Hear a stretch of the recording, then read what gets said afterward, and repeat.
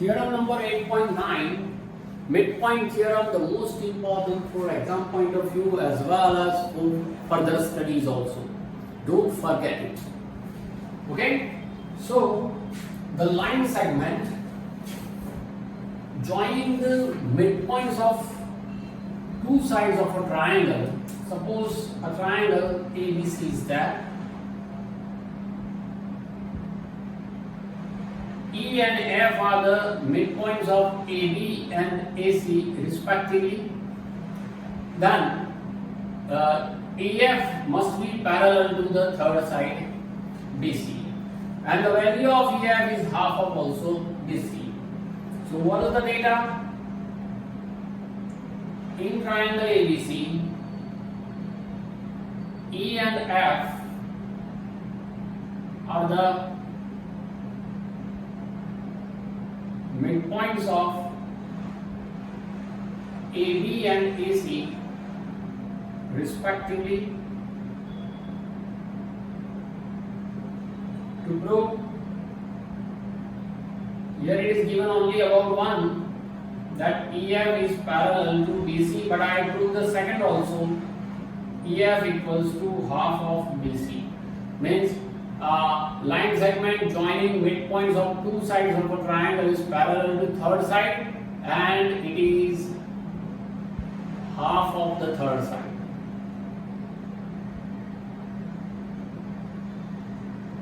Extra, right? See the proof. Here, draw a line passing through point C and which is parallel to BA. Draw a line passing through point C and parallel to BA which intersect the extended line of EF, suppose at point D. So construct a line passing through point C, okay, and CB parallel to BA which intersect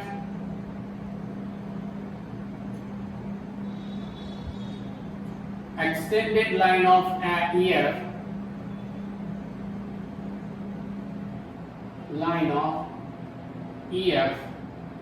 at point B. Now see, try to prove that these two triangles are congruent. Which two? AEF and CFD. In triangle AEF and triangle CFD, see what happened. These angle and these angle are vertically opposite angles, so they are equal. BA parallel to CD, so we can write AE parallel to CD. So, and if ED is transversal, then this angle and this angle are what?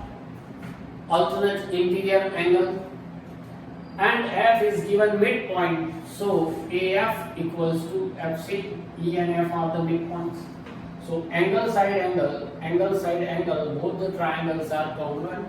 Okay, now we write it.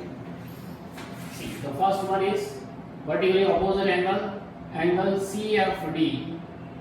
So we write first this triangle for this triangle, angle AFE, that is equals to angle CFD, reason vertically opposite angles. AF equal to FC because F is the midpoint.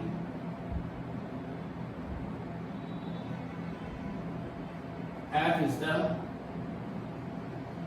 midpoint of AC given, and angle EAF,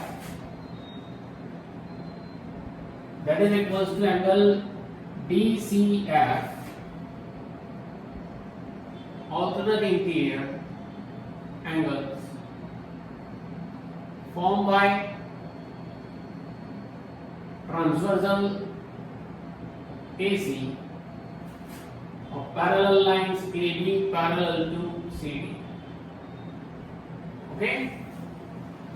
AB parallel to CD. So by angle side angle, A congruency rule, triangle AEF congruent to triangle CFD. If two triangles are congruent, then their corresponding parts are congruent, that is AE equals to CD. AE equals to CD. EF equals to FD and EF equals to FD. This is because of CPCT. Result number 1. Now see,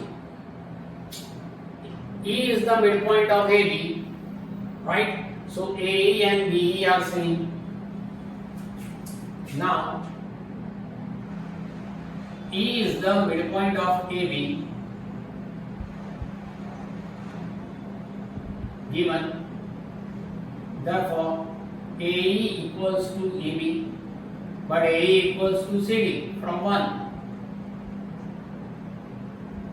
Therefore, I can write BE equals to CD, and BE and CD are same, this two, and BE parallel to CD because AB parallel to CD. BE parallel to CD because AB parallel to CD. Okay? So one pair of opposite sides is parallel as well as equal. Parallel and equal. So EBCD is a parallelogram. EBCD is a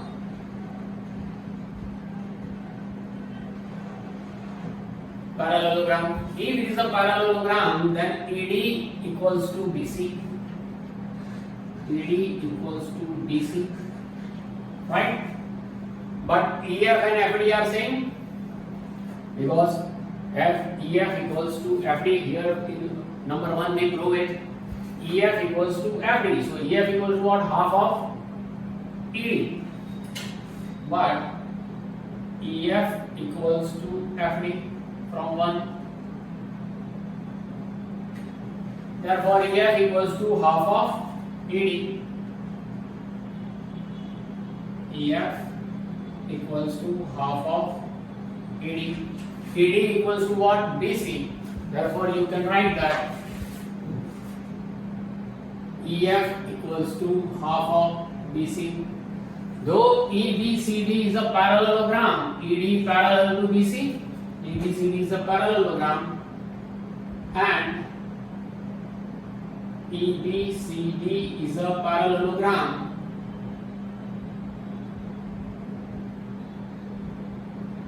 Therefore, ED equals to BC and ED parallel to BC.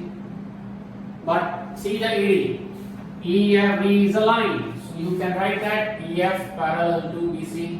Reason EFD is a line. So in this way, we can do both EF parallel to BC and EF equals to half of BC. Important theorem. In your textbook, the theorem is not given in this manner, but you have to write it in this manner because in your textbook some points are missing. Then they write in the bracket Y and they leave on U. So you have to write this thoroughly. Okay? Theorem number 8.10 without proof, that if a line is drawn through the midpoint of one side of a triangle, theorem number 8.10 without proof, a triangle is given and let E is the midpoint of this triangle ABC. E is the midpoint of AB only. If a line is drawn which is passing through the midpoint of one side and this line is parallel to the second side, then this line always bisect the third side. Means if E is the midpoint of AB and line EF parallel to BC, then line EF always bisect AC at point F. Means F is the midpoint of AC.